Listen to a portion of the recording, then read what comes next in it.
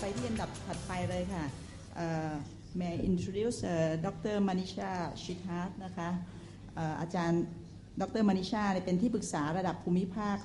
ในส่วนทรัพย์สินทางปัญญาและการค้าและการสาธารณสุขนะคะขององค์การอนามัยโลกประจำภูมิภาคเอเชียตะวันออกเฉียงใต้หรือเซียโรนะคะดร. Manisha สำเร็จการศึกษาระดับปริญญาโทด้านกฎหมายในเรื่องกฎหมายทรัพย์สินทางปัญญา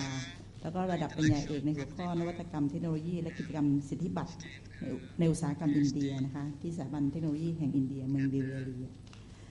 Please Dr. Manisha, the floor is yours.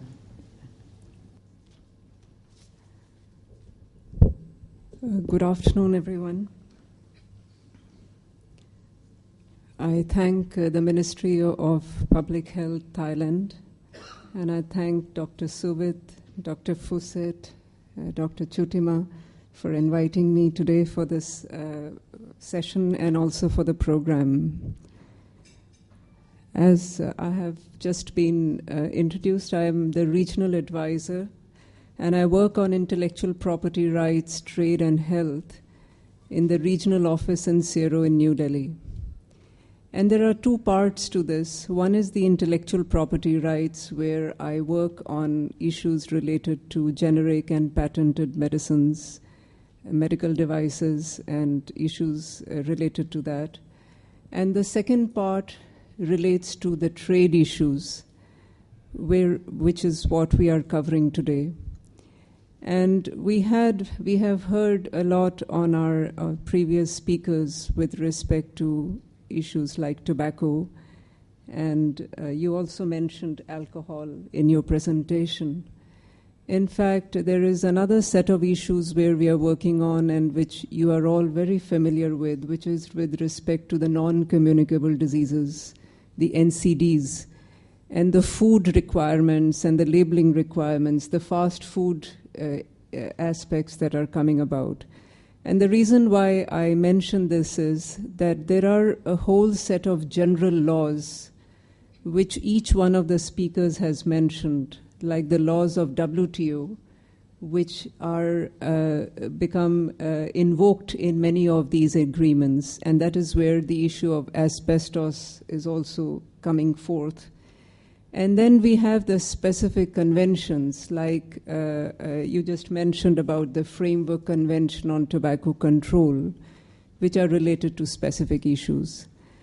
The investment dispute settlement mechanism is another mechanism which is common to all our health issues that come up under these different agreements. And they get invoked not only in individual cases like in tobacco and alcohol, and as we shall see just now in asbestos, but we find this increasingly important in the food requirements and labeling requirements of NCDs, where the specific laws, of course, get covered under the Codex Alimentarius and others. So I just thought that, sometimes it gives an idea as to where we are coming from, because there are a number of aspects where these agreements become extremely important. So just help me to keep time. Just give me yeah. So asbestos is something we have been following for some time in terms of the issues in health. And there are different types of asbestos, as you can see on this slide. And what is more important is that these are, there is the blue asbestos and the brown asbestos, and there are asbestos-like mineral fibers. But what is more important is that this is a very important building material. And it has been very important for countries because it has a high tensile strength, and it is relatively resistant to chemical attack, and it is non-biodegradable, which is why on your right side on the slide you can see in the different places where it is used in building materials, and it is very popular for roofing products, for pipe coverings and others. And this is a product which has become a matter of great concern. The reason being because the small asbestos fibers, they become airborne and are readily inhaled. And as a result, this has people who have exposure to asbestos develop lung cancer. And the sad thing about this is something similar to tobacco. It takes a number of years to take an effect, but when it does, it is extremely severe. And it has been proven that asbestos is an important human carcinogen, and there is no safe level. And that is what is very important.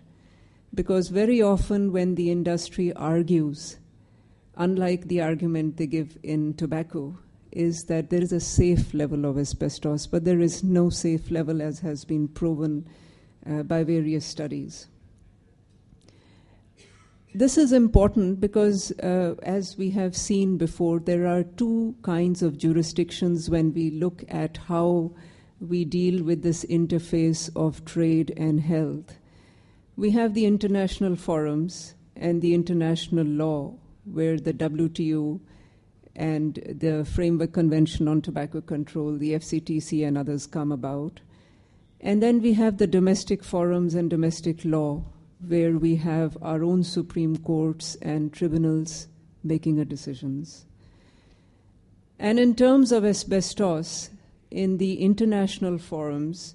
a very important convention is the Rotterdam Convention. I don't know whether Tipicha is here in the audience. Thank you. So, in fact, Tipicha and Chutima were discussing how in the latest, while we were preparing this presentation, how in the latest Rotterdam Convention this was again taken up, and asbestos did not,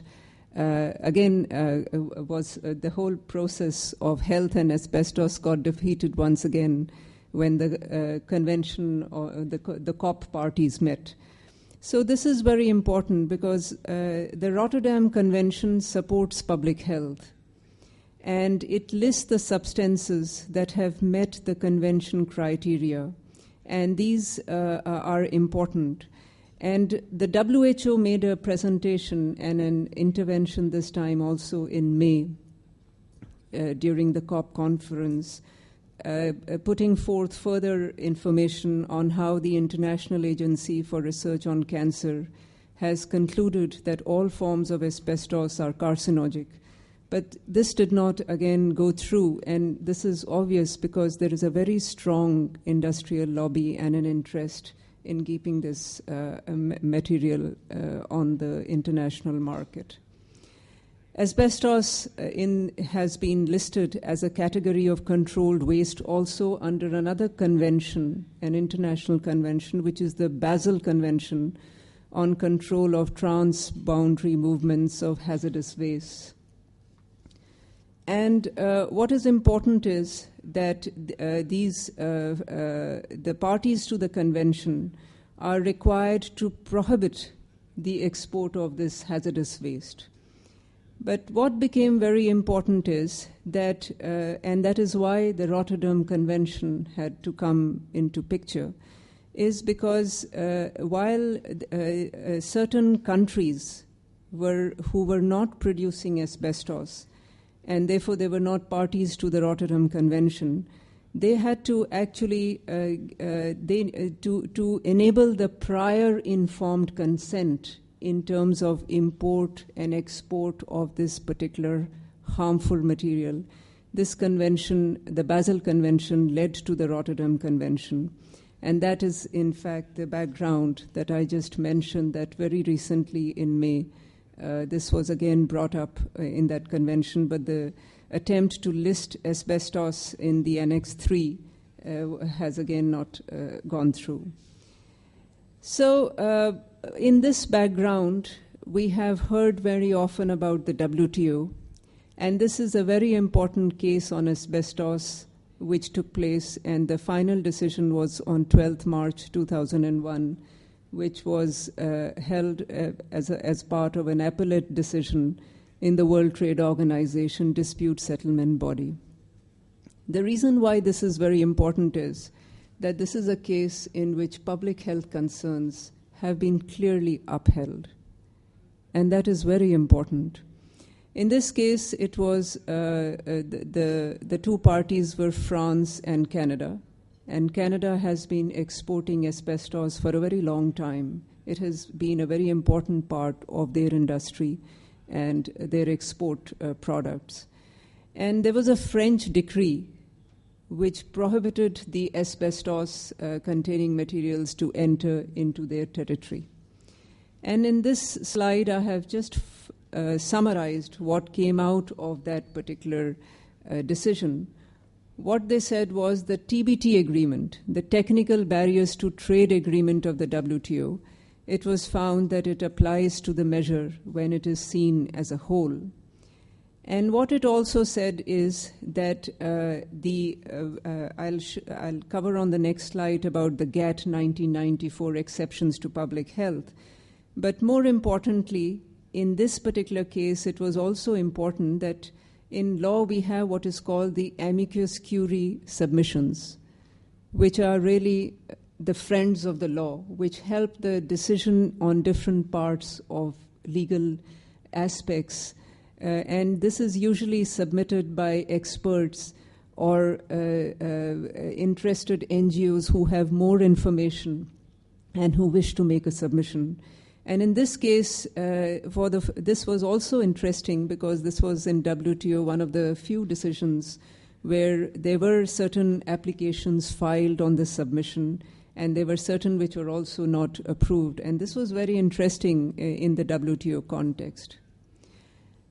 What is important is that this is what industry argued, and what it said was a controlled use argument. What they said was that if asbestos is used in a controlled manner, then it is all right. It doesn't have the negative impact on public health. And this was used by Canada in this particular case against the French decree. And however, the appellate body very clearly said that any measure which is necessary to protect human life or health is upheld. This is an extremely important decision, particularly so because in a previous case, you would be remembering when Thailand lost its cigarette case in the WTO. This was one of the decisions which on the issue of public health, probably we did not have, our developing countries did not have so much expertise on how to make the public health argument before these forums in those days. But it is so interesting to see that public health has been upheld in the World Trade Organization. So the question is how best our countries would like to use this argument in order to make sure that the public health concerns take priority even in a trade body. So this case is extremely important in that context. And when we look at the General Agreement on Tariffs and Trade, you know, the GATT was the parent agreement which converted into the WTO. These are the main questions that they asked on public health. What they asked was, is this measure designed to protect public health? Is it necessary? Do we need to go ahead with it? What is the importance of the objective? And to what extent is it trade restrictive? And whether the measure is arbitrary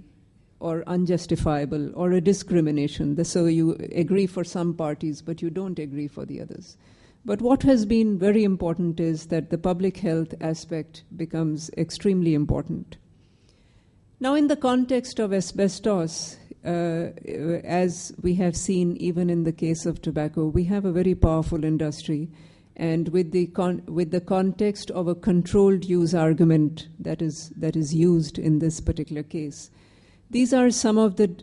domestic forums and domestic decisions and regulations in Thailand. And I have just outlined these with which is mostly related to the Department of Labor and Occupational Health, because asbestos is used in the industry, and usually it is the workers first who get exposed to very high degrees of asbestos. And I have, in the second bullet, you can see the list of the Thai regulations which are related in this particular area.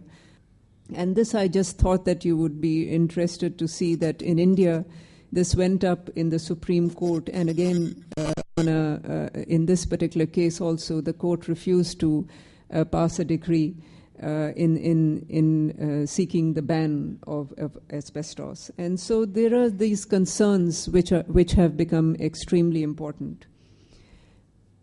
One of the interesting things when we look at the history of asbestos is to go back and see what has happened in the developed countries, because very often we find that we are on a learning curve and we are going to make the same mistakes which were made by the developed countries, and then we will arrive at probably similar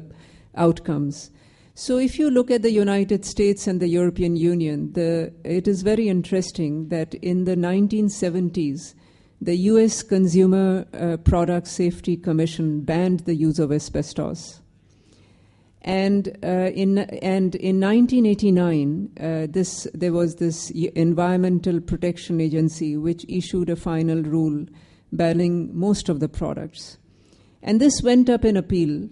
And in spite of the fact that this was not upheld in appeal, we find that numerous phase-out regulations, they remained in place in the United States. So what happens is that even when once there is a public opinion and there is a move towards public health, in spite of a court judgment, we find that the industry itself adapted to a manner, and so did to the public requirement, and many of these regulations have remained in place. They were not appealed against, and they were not taken back to many of the courts. And in terms of the U.S., it is also interesting because if you remember the World Trade, the towers that got destroyed in 2001 in September 9/11 cases in the United States, at that time it was found that in many of those towers there were very high volumes of asbestos that were used, and there have been certain studies which say that they have had, the destruction of those towers have had environmental impact due to many of these chemicals that were used in building materials at that time. So these things come up time and again when we look at long-term public health commitment, which is important for the member states of our region. Similarly, in the EU, we find that the Commission has adopted an additional directive that imposed limitations on extraction of asbestos and, of course, the manufacture and its processing.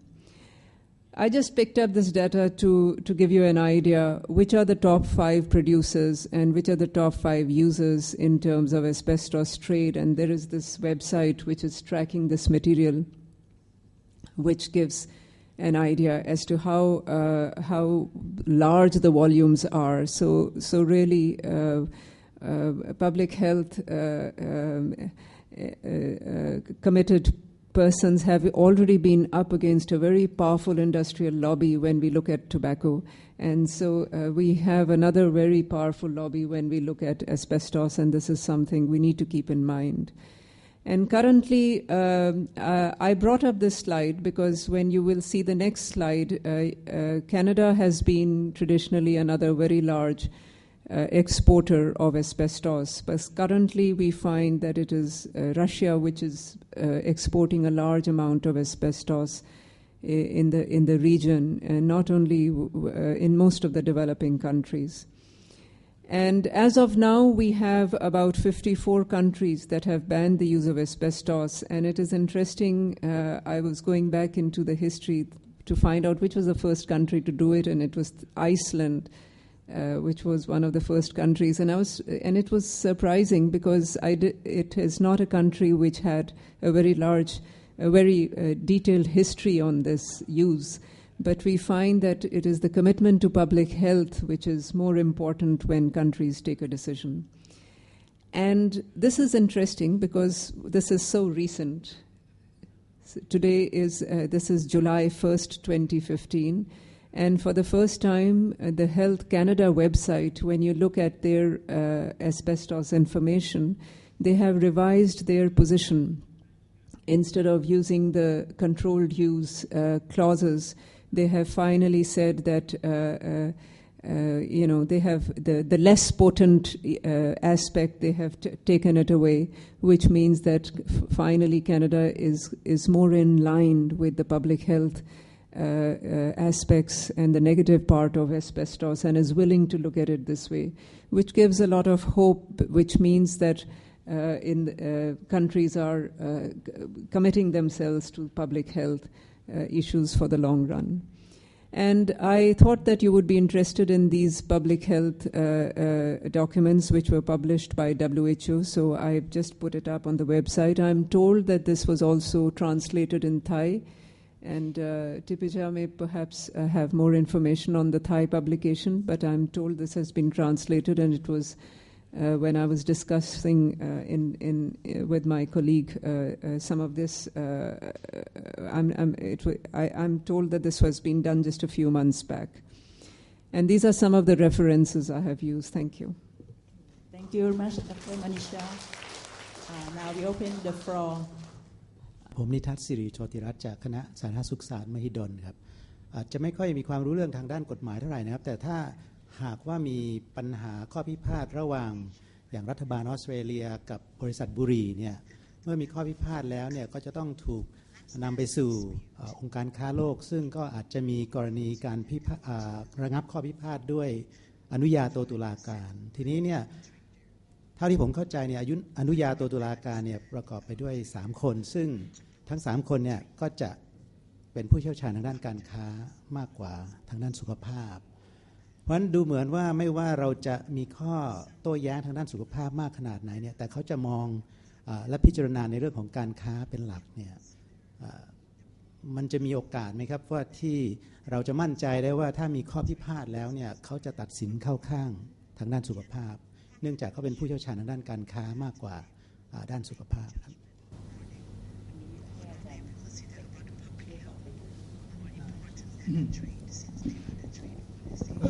หมายถึงใน WTO ใช่ไหมครับกระบวนการใน WTO ก็จริงๆก็จะคล้ายๆกับ ISDS ก็คือเวลาเขาเรียก DUS Dispute Settlement Understanding DSU แต่ละฝ่ายก็จะเลือกคนที่จะมานั่งเป็น panelist เพื่อตัดสิน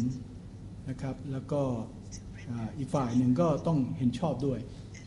นะครับแล้วก็ WTO พิกคนหนึ่งก็กลายเป็น3เป็น panel ในทางปฏิบัติโดยหลักการแล้วก็คือดูมันจะเท่ากันแต่ในความสัมพันธ์ระหว่างประเทศก็จะเห็นเลยว่าอำนาจทางการเมืองเนี่ยกดดันเยอะเช่นถ้านักวิชาการหรือใครก็ตามที่ถูกเลือกไปนั่งใน panelist เนี่ยอีกฝ่ายนึงก็จะใช้พลังล็อบบี้ไปทาง Secretariat ของ WTO ว่าไม่ให้เอาคนนี้อะไรทำนองนี้เป็นต้นนะครับในทางปฏิบัติก็เคยเกิดมากมายเช่นกรณีที่อินเดียถูกอเมริกาฟ้องเรื่องยาสิทธิบัตรยาเมื่อสัก10 กว่าปีที่แล้วก็มีอาจารย์ซึ่งอยู่ฝ่าย Public Health หรือฝ่าย Public Policy เนี่ยได้ถูกเสนอชื่อและควรจะได้รับการแต่งตั้งแต่อเมริกาก็มาล็อบบี้กดดันจนกระทั่งท่านนั้นไม่ได้แล้วก็ไปตั้งคนไทยเราเนี่ยเข้าไปนั่งใน panelist แทนซึ่งเขามองว่ามีความคิดเห็นที่สอดคล้องกับเขาอย่างนี้เป็นต้นเพราะฉะนั้นผมคิดว่าถ้าเราพูดกันแบบอยากใช้คำว่า naive เนี่ยนะครับคือเด็กๆเนี่ยก็คือมองด้วยว่าระบบมันแฟร์แต่ว่าในโลกของความเป็นจริงเราก็ต้องรู้ว่ามันมีตัวแปรเยอะแยะมากมายในทางการเมืองไม่ว่าในประเทศหรือระหว่างประเทศก็ตามช่วงนี้เรื่องของการเลือกคนดังกล่าวนี้นะฮะเข้าไปเป็นคนที่มีอำนาจที่ว่านี้นะฮะในองค์ที่ปฏิการค้าโลกนี่นะฮะถ้าพูดง่ายๆจริงว่าเป็นเชิงการเมืองย่อมๆไหมฮะเพราะมองว่าคนนั้นอาจจะมีอิทธิพลบทบาทในตลาดค่อนข้างมากทีนี้กลับมาถึงของอาจารย์เอื้ออารีมากครับผมสนใจเรื่องของภาพบุหรี่ขนาดเดิมเป็น 55% กฎหมายกำหนดแบบนี้แต่พอขยายมาไอ้เรื่องคำเตือนเนี่ยเกือบจะหมดซองแล้วพูดง่ายๆ 85% นี่เกือบจะเหลือยี่ห้ออยู่นิดเดียวใช่ไหมฮะต้องให้ดูว่าบุหรี่สูบแล้วมันเป็นแบบนี้ตามที่คุณสื่อมาเนี่ยนะฮะทีนี้ผมสนใจอยู่2เรื่องคือ1พอมีกฎหมายยิ่งเหมือนประมาณว่ายิ่งห้ามเหมือนยิ่งยุอ่ะคือเรียกว่าคุณเพิ่มขนาดคำเตือนเนี่ยยิ่งใหญ่ คนพวกนี้ก็ยิ่งกดดัน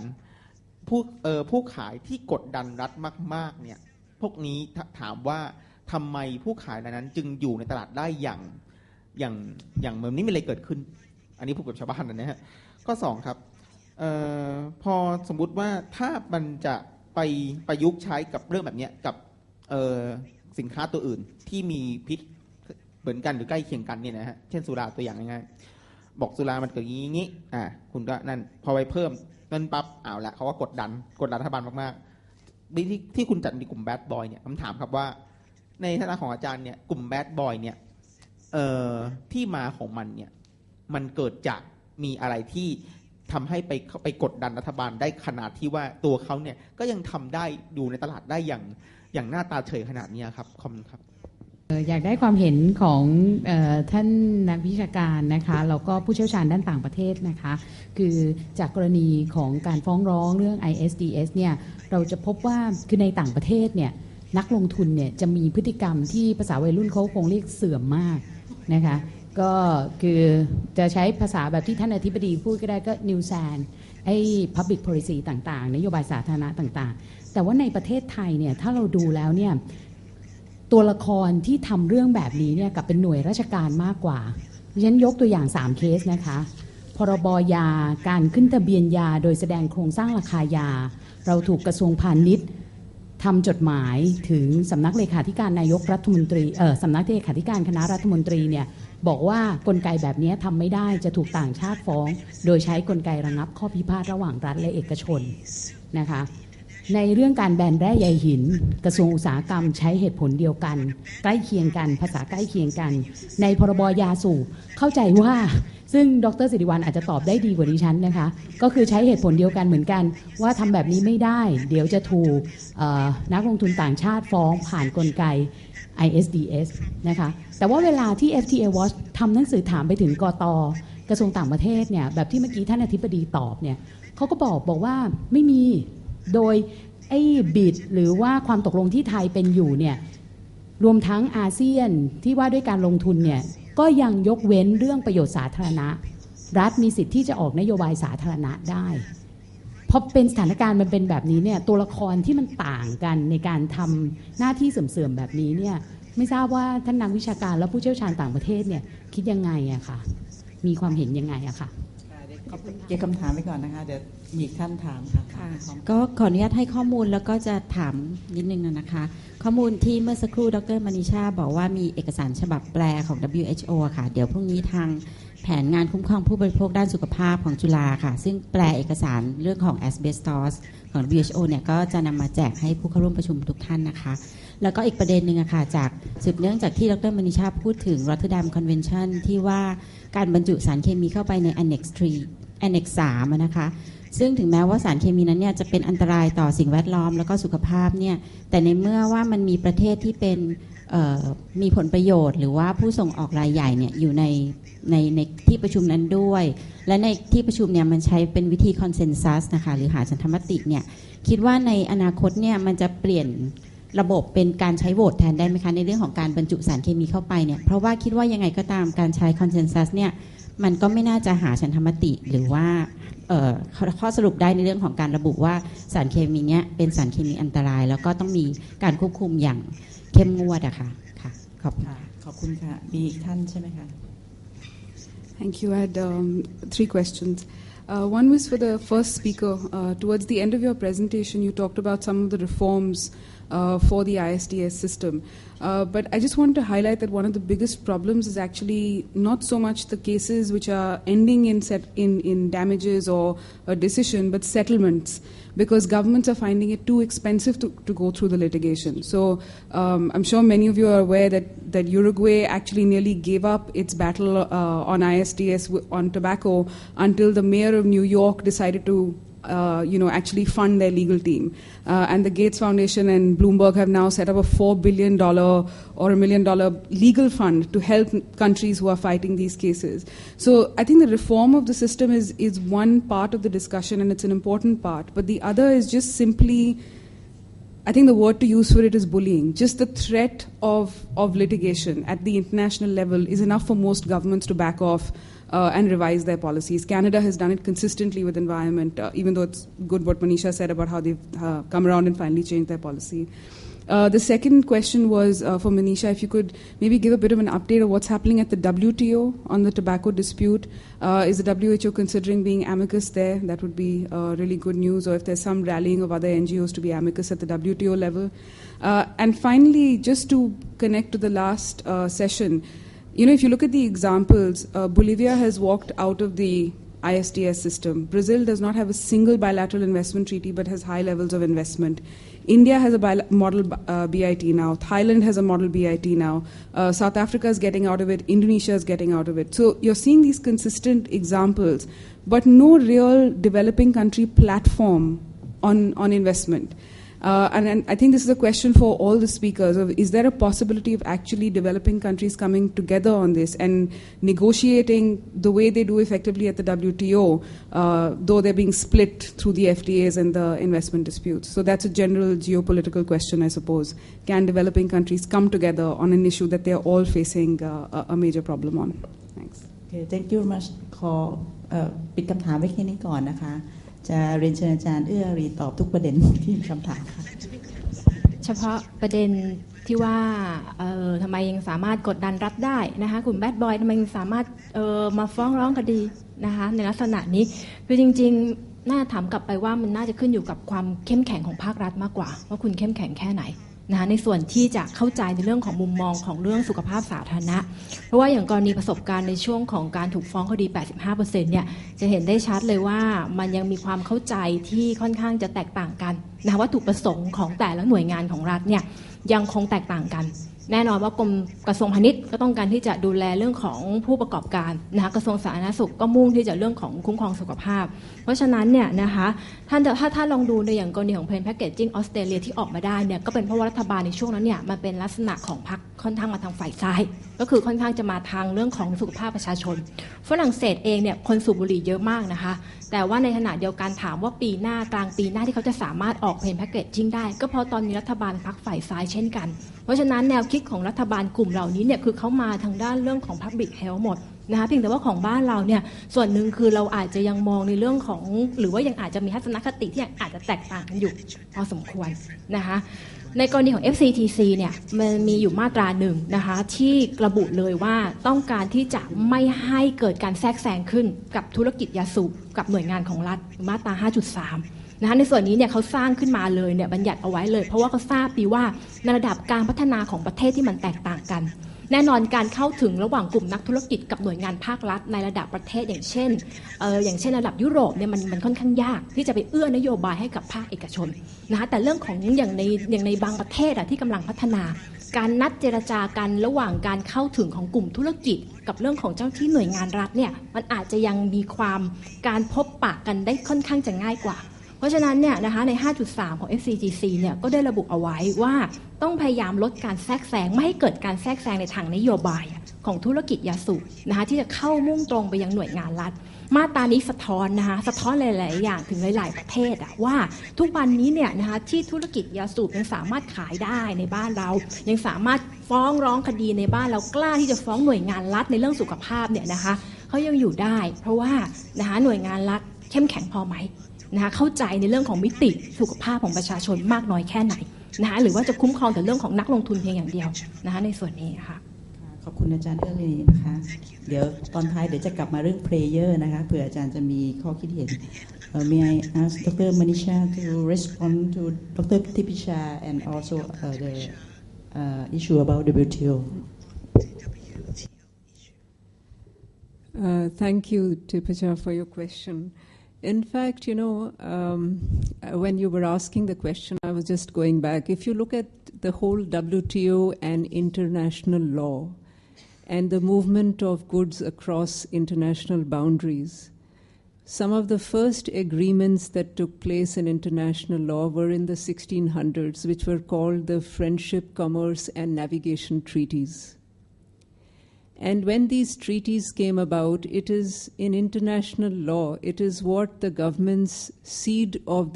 give up of their sovereignty to trade with each other. Because as we see, when we sit together in WTO and there is a dispute settlement mechanism which the countries have agreed to,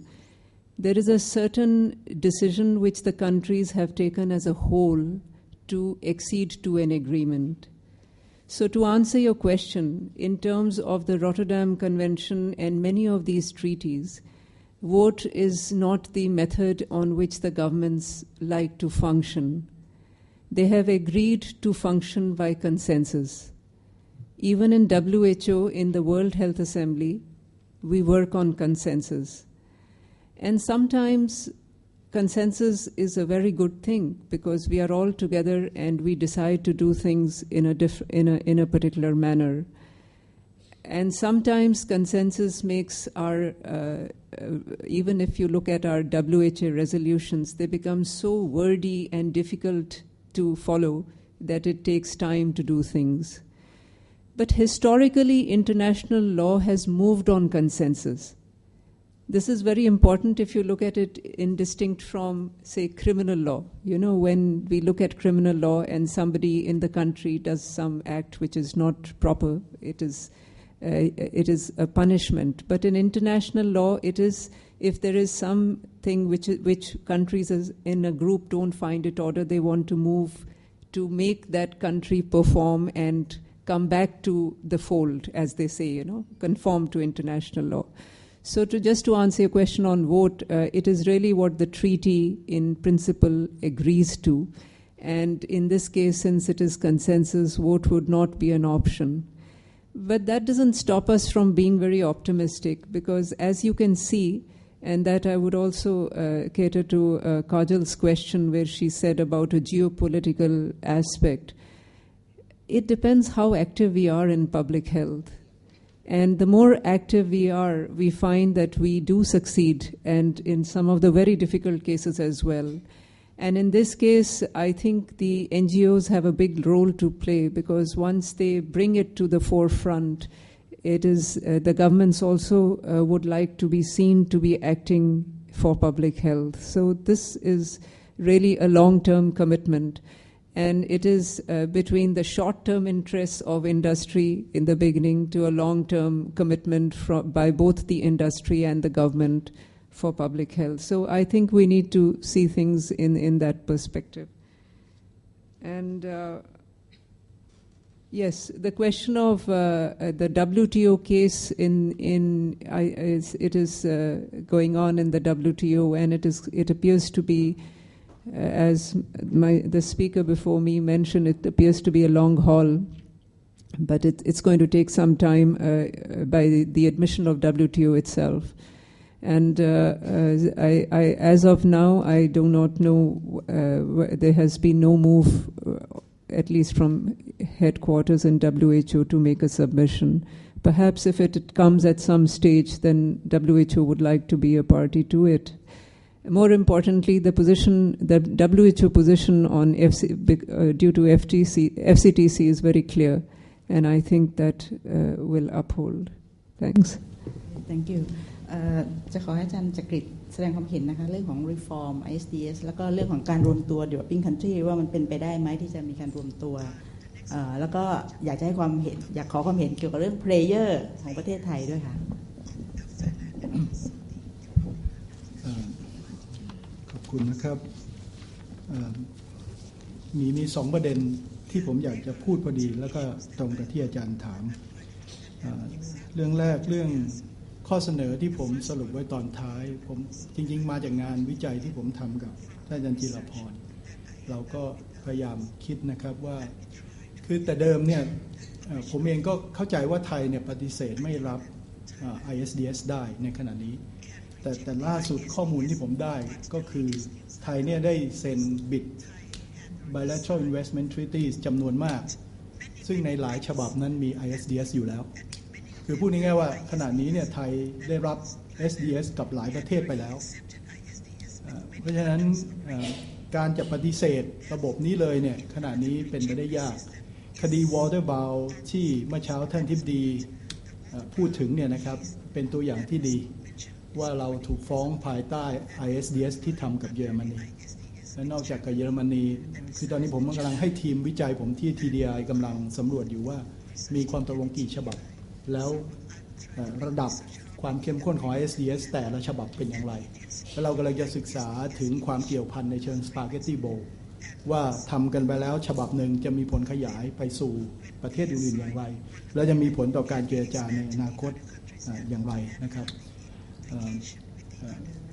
Coming back to the previous question you asked about the settlement before the decision, I completely agree. I think the threat from the IDS mechanism is not about government paying compensation, but it's about the government reluctant to adopt the regulation to protect public interest. That is far more damage than a paying compensation by itself. So that's I completely agree with you. ทีนี้มาถึงประเด็นที่สองอาจารย์บอกว่าประเทศกำลังพัฒนาควรจะทำยังไงคือผมมีความรู้สึกว่าไม่ต้องไปถึงประเทศกำลังพัฒนาเราถามในประเทศเราดีกว่าว่ารัฐบาลมีความจริงใจที่จะ protect public health หรือ public interest มากน้อยแค่ไหนตั้งคำถามง่ายๆก่อนจะไปรวมกับประเทศอื่นผู้เชี่ยวชาญต่างประเทศจาก WHO เนี่ยได้พูดถึงเคสหนึ่งซึ่งผมจะขอยกเป็นตัวอย่างนะครับคือคดีที่ไทยเคยแพ้ข้าราชการสหรัฐอเมริกาฟ้องเรื่องการนำเข้าบุหรี่คือเราไปห้ามนำเข้าบุหรี่ครั้งหนึ่งก่อนที่ยังเป็นแกะเมื่อสักเกือบ20 ปีที่แล้วนะครับแล้วเราก็ต่อสู้คดีนะครับและผู้เชี่ยวชาญบอกว่าเรา lack expertise ซึ่งจริงๆไม่ใช่ผมเข้าใจว่าเรามีผู้เชี่ยวชาญพอสมควรในขณะนั้นนะครับอยู่ในกระทรวงต่างประเทศในกระทรวงพาณิชย์รู้เรื่องดีแต่เราแพ้เพราะอะไร WTO คณะเป็นแกะ panel เนี่ยตัดสินบอกว่าประเทศไทยนั้น adopt discriminatory treatment ขณะหนึ่งต้องการจะห้ามนำเข้าบุหรี่แต่ขณะเดียวกันก็ subsidize เราเป็นเจ้าของบริษัทบุหรี่เองแล้วคุณจะไปอ้างแกะ Article 20 เพื่อจะปกป้องสุขภาพข้อยกเว้นแล้วป้องกันการนำเข้าคุณจะไปอ้างได้ไงนี่มันคือการกระทำที่เรียกว่าปากว่าตาขยิบอ้างมาตรการด้านสาธารณสุขนะฮะจริงๆไม่ใช่เพื่อ protect public health แต่ protect local industry แล้ว local industry นั้นก็เป็น local industry ที่ทำลายสุขภาพของคนไทยด้วยกันเองนั้นผมคิดว่าก่อนที่เราจะไปร่วมมือกับประเทศอื่นแล้วกล่าวหาคนต่างชาติทีเดียวผมคิดว่าเราต้องตั้งคำถามกันใหม่นโยบายแบบ privatize บริษัทบุหรี่ความจริง privatize ผมเห็นด้วยนะที่ TDI ตอนนี้ก็มีประเด็นเรื่องว่าบริษัทโรงงานยาสูบควรจะ privatize ไหมแล้วก็ลงมาแข่งกันเอาให้เต็มที่ไปเลยใครแพ้ก็ออกจากตลาดแล้ว regulate เท่ากันไม่มี protect ถ้า regulate ใช้หมดทั้งในและต่างประเทศแล้วไม่มีกลไกอะไรที่ protect ทั้งนั้นนะครับผมคิดว่าเอา start แบบนั้นก่อนแล้ว move ออกไปนี่เปิดคาสิโนขายเหล้าขายสุราสารพัดผมคิดว่าไอ้มาตรการแบบนี้ต้องเลิกก่อนแล้วค่อย move ไปแล้วตอนนั้นเนี่ยค่อยมาดูว่าเราจะไปร่วมมือกับประเทศไหนผมตอบสั้นๆนี้อาจารย์ไม่งั้นจะยาวครับก็คงจบช่วงการอภิปรายช่วงนี้เพียงเท่านี้นะคะรู้สึกว่าจะได้คำถามหรือคำตอบที่ครบถ้วนแล้วก็ขอบคุณวิทยากรทั้ง3ท่านนะคะขอเสียงปรบมือให้กับวิทยากรทั้ง3ท่านด้วยค่ะ